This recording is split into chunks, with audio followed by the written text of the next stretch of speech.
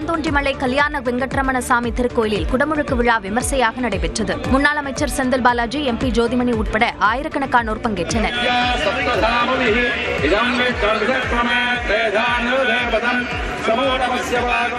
இதேபோன்று திண்டுக்கல் அருகே பில்லமநாயக்கன்பட்டியில் உள்ள உச்சி மாகாளியம்மன் கோயிலிலும் குடமுழுக்கு விழா நடைபெற்றது.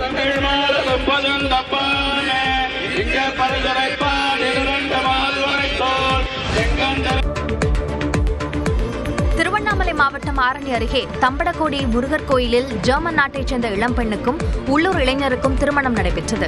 களம்பூரைச் சேர்ந்த கோகுலகிருஷ்ணன் தாய்லாந்தில் பணியாற்றிய போது சோபியா பெல்ஜிங்கை காதலித்து இரு வீட்டார் சம்மதத்துடன் திருமணம் செய்துள்ளார். வணக்கம், நான் சோபியா.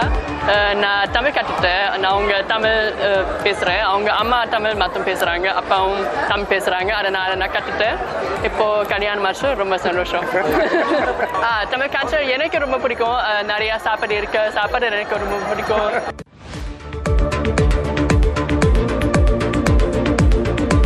புதுக்கோட்டை திருவப்பூர் முத்துமாரியம்மன் கோயிலில் நடந்த குடமுழுக்கு விழாவில் ஆயிரக்கணக்கான பக்தர்கள் பங்கேற்றனர்.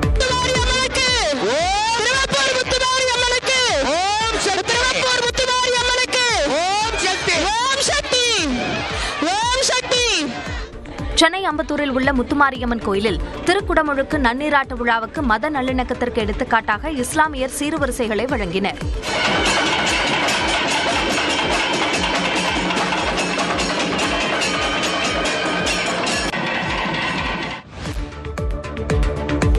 கடலூர் மாவட்டம் திட்டக்குடி அருகே மக்காச்சோள விவசாய நிலத்திற்கு சென்ற பெண்ணின் முகத்தை துணியால் மறைத்து 7 சவரன் தங்கச் செயின் பறிக்கப்பட்டுள்ளது. வாகையூரைச் சேர்ந்த பூங்கோதை என்ற 50 வயது பெண் வழக்கம் போல தனது விவசாய தோட்டத்திற்கு சென்றுள்ளார். அப்போது பின்புறமிருந்து வந்த அடையாளம் தெரியாத நபர் பூங்கோதையின் முகத்தில் துணியை போட்டு இறுக்கமாக பிடித்துக் கொண்டு கழுத்தில் இருந்த தாலி செயினை பறித்துச் சென்றார். பின்னர் பூங்கோதையின் சத்தம் கேட்டு வந்த அக்கம்பக்கத்தினர் காவல்துறைக்கு தகவல் அளித்துள்ளனர். கிருஷ்ணகிரி மாவட்டம் போச்சம்பள்ளியில் 2 இருசக்கர வாகனங்கள் நேருக்கு நேர் மோதிக்கொண்ட விபத்தில் ஒருவர் உயிரிழந்தார். சிப்காட் வளாகத்தில் ஓலா கம்பெனி எதிரே 2 இருசக்கர வாகனங்கள் நேருக்கு நேர் மோதிக்கொண்டன. இதில் காவேரிப்பட்டினத்தைச் சேர்ந்த கராத்தே மாஸ்டர் தங்கம் சம்பவ இடத்திலேயே உயிரிழந்தார். அவருடன் பயணித்த வேலு என்பவரும் மற்றொரு இருசக்கர வாகனத்தில் பயணித்த கவின்குமார் என்பவரும் பலத்த காயத்துடன் மருத்துவமனையில் அனுமதிக்கப்பட்டுள்ளனர். மயிலாடுதுறையில் 6 அம்ச கோரிக்கைகளை வலியுறுத்தி வட்டாட்சியர் அலுவலகம் அருகே தமிழ்நாடு கிராம நிர்வாக அலுவலர்கள் சங்கத்தினர் காத்திருப்பு போராட்டத்தில் ஈடுபட்டனர். கிராம நிர்வாக அலுவலகத்தில் அடிப்படை வசதிகளை ஏற்படுத்த வேண்டும், இணைய வசதியுடன் நவீனமயமாக்க வேண்டும், கிராம நிர்வாக அலுவலர்கள் பதவி உயர்வு காலவரம்பை 6 ஆண்டுகளில் இருந்து 3 ஆண்டுகளாக குறைக்க வேண்டும் உள்ளிட்ட கோரிக்கைகளை முன்வைத்து போராட்டம் நடைபெற்றது. 50க்கும் மேற்பட்டோர் பணிகளை புறக்கணித்து போராட்டத்தில் ஈடுபட்டனர். சிதம்பரம் அண்ணாமலை பல்கலைக்கழக ஊழியர்கள் 2வது நாளாக உள்ளிருப்பு போராட்டத்தில் ஈடுபட்டனர். 18 மாதங்களாக வழங்கப்படாமல் உள்ள மாத ஓய்வூதியத்தை உடனடியாக வழங்க வேண்டும், 7வது ஊதியக்குழு நிலுவைத் தொகையை வழங்க வேண்டும் என்பன உள்ளிட்ட கோரிக்கைகளை வலியுறுத்தி செவ்வாய்க்கிழமையன்று காலவரம்பற்ற உள்ளிருப்பு போராட்டத்தை தொடங்கினர். இது 2வது நாளாக தொடரும் நிலையில் 500க்கும் மேற்பட்டோர் பங்கேற்று கோரிக்கைகளை வலியுறுத்தி முழக்கங்களை எழுப்பினர்.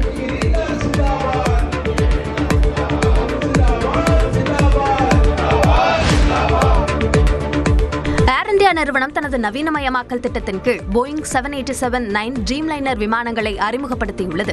அமெரிக்காவிலிருந்து கடந்த 11ஆம் தேதி டெல்லி வந்திறங்கிய இந்த விமானம் தற்போது ஹைதராபாத்தில் நடைபெற்று வரும் விமான கண்காட்சியில் பார்வைக்காக வைக்கப்பட்டுள்ளது. இதனிடையே இந்த விமானமானது பிப்ரவரி 1ஆம் தேதி முதல் இயக்கப்படும் என்றும் அதன் முதல் சேவை மும்பையிலிருந்து ஜெர்மனியின் பிராங்க்ஃபர்ட் இடையே நடைபெறும் என்றும் ஏர் இந்தியா நிறுவனத்தின் தலைமை செயல் அதிகாரி கேம்பல் வில்சன் தெரிவித்துள்ளார். திருச்சியில் நடைபெற்ற முன்னாள் MLA பரணிக்குமாரின் இல்ல திருமணத்தை தமிழ்நாடு முதலமைச்சர் மு க ஸ்டாலின் நடத்தி வைத்து வாழ்த்து கூறினார். திருச்சி முன்னாள் நகர்மன்ற தலைவர் பாலகிருஷ்ணனின் பேரனும் முன்னாள் சட்டமன்ற உறுப்பினர் பரணிக்குமாரின் மகனுமான ஆதித்யா பாலா மற்றும் மீனாட்சி ஆகியோரின் திருமணம் கலைஞர் அறிவாலயத்தில் நடைபெற்றது. இதனை முதலமைச்சர் மு க ஸ்டாலின் தலைமையேற்று நடத்தி வைத்து பரணிக்குமாருடனான தனது கடந்த கால நிகழ்வுகளை பகிர்ந்து கொண்டார். விழாவில் அமைச்சர்கள் KN நேரு, அன்பில் மகேஷ், மதிவேந்தன் உள்ளிட்டோரும் பங்கேற்றனர். கோவை மாநகராட்சி ஒண்டிப்புதூர் மற்றும் இருகூர் வரையிலான சாலை சேதமடைந்து மோசமான நிலையில் இருப்பதை கண்டித்து கடையடைப்பு போராட்டம் நடைபெற்றது. பாதாள சாக்கடை, மழைநீர் வடிகால் உள்ளிட்ட பணிகளுக்காக தனித்தனியாக தோண்டப்பட்ட குழிகளால் சாலை சேதமானது. அந்த பணிகள் முடிவடைந்த பின்னும் புதிய சாலை அமைக்காமல் அவ்வப்போது பேட்ச்வொர்க் மட்டுமே மேற்கொள்வதாக மாநகராட்சி நிர்வாகத்தை கண்டித்து மறியலில் ஈடுபட்ட 20க்கும் மேற்பட்டோர் கைது செய்யப்பட்டனர்.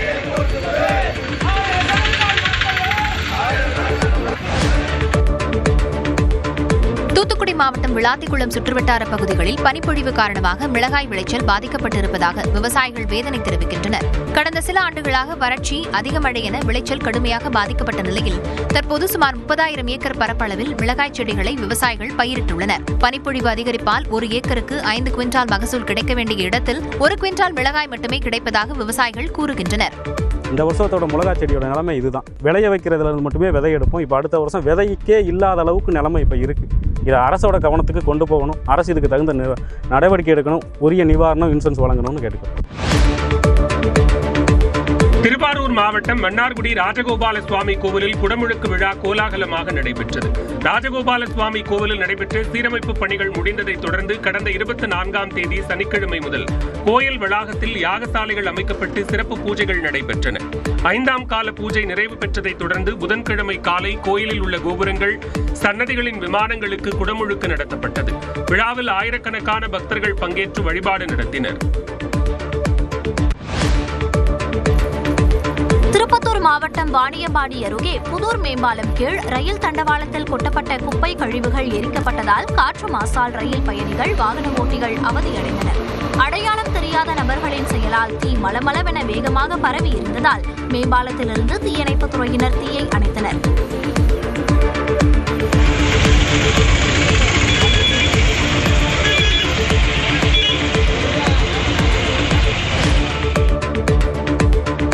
நான்கு நாட்களுக்கு பிறகு வங்கி சேவைகள் தொடங்கியதால் தென்காசியில் உள்ள அனைத்து வங்கி கிளைகளிலும் மக்கள் கூட்டம் அலைமோதியது. நீண்ட நேரம் காத்திருந்து வங்கி சேவைகளை பெற்றதால் வாடிக்கையாளர்கள் கடும் சிரமத்திற்கு உள்ளாகினர்.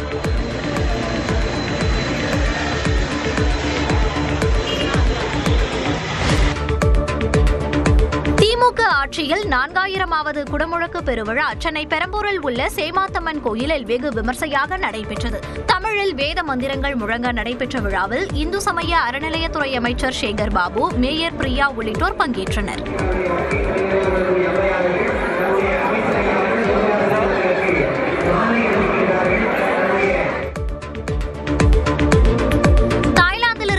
வரப்பட்ட 10 கோடியே 70 லட்சம் ரூபாய் மதிப்பிலான உயரக ஹைட்ரோபோனிக் கஞ்சா சென்னை விமான நிலையத்தில் பறிமுதல் செய்யப்பட்டது. பாங்காக்கில் இருந்து வந்த தாய் ஏர்வேஸ் விமான பயணிகளிடம் சுங்கத்துறை ஏர் இன்டெலிஜென்ஸ் அதிகாரிகள் சோதனை நடத்தினர். அப்போது கேரளாவை சேர்ந்த 26 மற்றும் 28 வயதுடைய 2 பயணிகள் 10.7 கிலோ எடை கொண்ட ஹைட்ரோபோனிக் கஞ்சாவை உணவுப் பொருட்களுக்குள் மறைத்து கடத்தி வந்தது தெரியவந்தது. இதையடுத்து அதனை பறிமுதல் செய்த அதிகாரிகள் இருவரையும் கைது செய்தனர். கரூர் மரகதீஸ்வரர் கோயிலுக்கு சொந்தமான நிலத்தில் குவாரி நடத்த அனுமதி வழங்கிய உத்தரவுக்கு இடைக்கால தடை விதித்து உயர்நீதிமன்ற மதுரை கிளை உத்தரவிட்டுள்ளது. இது தொடர்பான வழக்கு நீதிபதிகள் ஜெயச்சந்திரன், ராமகிருஷ்ணன் அமர்வில் விசாரணைக்கு வந்தது. அப்போது முன்னூர் கிராமத்தில் அறநிலையத்துறை கட்டுப்பாட்டில் உள்ள கோயிலுக்கு சொந்தமான நிலத்தில் குவாரி நடத்த எவ்வாறு அனுமதி வழங்கப்பட்டது என கேள்வி எழுப்பினர். மேலும் கரூர் மாவட்ட ஆட்சியர், கோயில் நிர்வாக அதிகாரி உள்ளிட்டோர் பதில் மனு தாக்கல் செய்ய உத்தரவிட்டனர். விருதுநகர் மாவட்டம் சாத்தூர் அருகே தறிகெட்டு ஓடிய சரக்கு வாகனம் மோதி வயிற்றில் கன்றுடன் இருந்த பசு சம்பவ இடத்திலேயே உயிரிழந்தது. தாயல்பட்டியிலிருந்து சாத்தூர் செல்லும் சாலையில் அதிவேகமாக சென்ற சரக்கு வாகனம் எதிரே இருசக்கர வாகனத்தில் வந்த முதிய தம்பதி மீதும் கருப்பசாமி என்பவரின் பசு மீதும் மோதியது.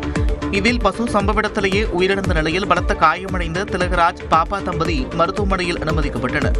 விபத்து குறித்து வழக்கு பதிவு செய்த காவல்துறையினர் தப்பி ஓடிய சரக்கு வாகன ஓட்டுநரை தேடி வருகின்றனர். கோவை மாவட்டத்தில் உள்ள 7 வனச்சரகங்களில் புலிகளை கணக்கெடுக்கும் பணி தொடங்கியது. கோவை, மேட்டுப்பாளையம், காரமடை, சிறுமுகை, பெரியநாயக்கன்பாளையம், மதுக்கரை, போலுவாம்பட்டி உள்ளிட்ட வனச்சரகங்களில் 7 நாட்களுக்கு இந்த பணி நடைபெற உள்ளன. 7 பிரிவுகளாக 5 பேர் கொண்ட குழுவினர் புலிகள் மட்டுமின்றி வனப்பகுதியில் தென்படும் மற்ற விலங்குகள், தாவர உண்ணிகள், ஊன் உண்ணிகள் உள்ளிட்டவற்றை கணக்கெடுக்கும் பணியில் ஈடுபட்டுள்ளனர். திருச்சி பாரதிதாசன் பல்கலைக்கழகத்தின் 40வது பட்டமளிப்பு விழாவில் தமிழ்நாடு ஆளுநர் ஆர் என் ரவி கலந்து கொண்டார். பல்கலைக்கழக வேந்தரான ஆளுநர் மாணவ மாணவிகள் 690 பேருக்கு பட்டங்களை வழங்கி கௌரவித்தார். விழாவில் உயர்நீதிமன்ற மதுரை கிளை நீதிபதி ஆர் என் மஞ்சுளா உட்பட 90 பேருக்கு முனைவர் பட்டங்களை ஆளுநர் வழங்கினார்.